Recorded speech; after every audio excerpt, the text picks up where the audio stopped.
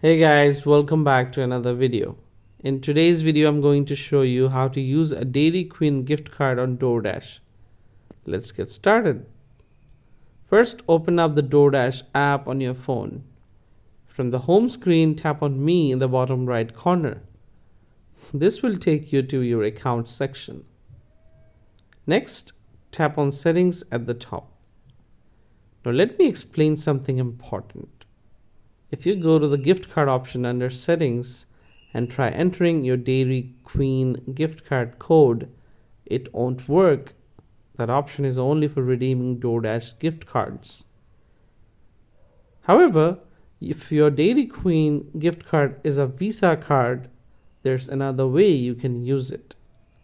Go back to Settings and select the Credit Debit Card option.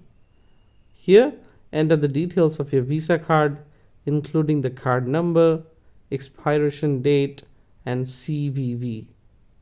Once you have filled out all this information, save it and see if it works as a payment method. And that's pretty much it, guys. That's how you can try using a Dairy Queen gift card on DoorDash. So if you found this video helpful, don't forget to like, comment, share, and subscribe to our channel. Thanks for watching, and I'll see you in the next one.